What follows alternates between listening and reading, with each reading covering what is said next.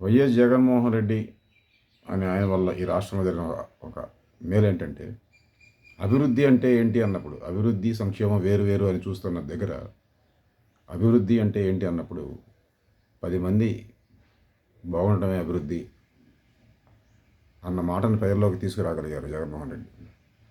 అలాగని పేదరికాన్ని, నిరుద్యోగాన్ని మొత్తాన్ని నిర్మూలించే, ఆర్థిక సాంఘిక అసమానతలు నిర్మూలించే విధానం ఆయన దగ్గర లేదు. కానీ ఆ రాజకీయం ఆ పార్టీ దగ్గర లేదు. కానీ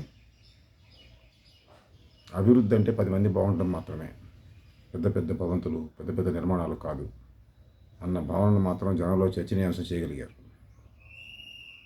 ఆ మేరకు చరిత్రకు జగన్మోహన్ రెడ్డి అవసరం ఉంది. చరిత్రకు జగన్ అవసరం ఉన్నప్పుడు ఆ చరిత్రే జగన్మోహన్ రెడ్డిని కాపాడుకుంటుంది. కమ్యూనిస్ట్ ఇండియా వర్ధిల్లేను, కమ్యూనిస్ట్ కులం వర్ధిల్లేను.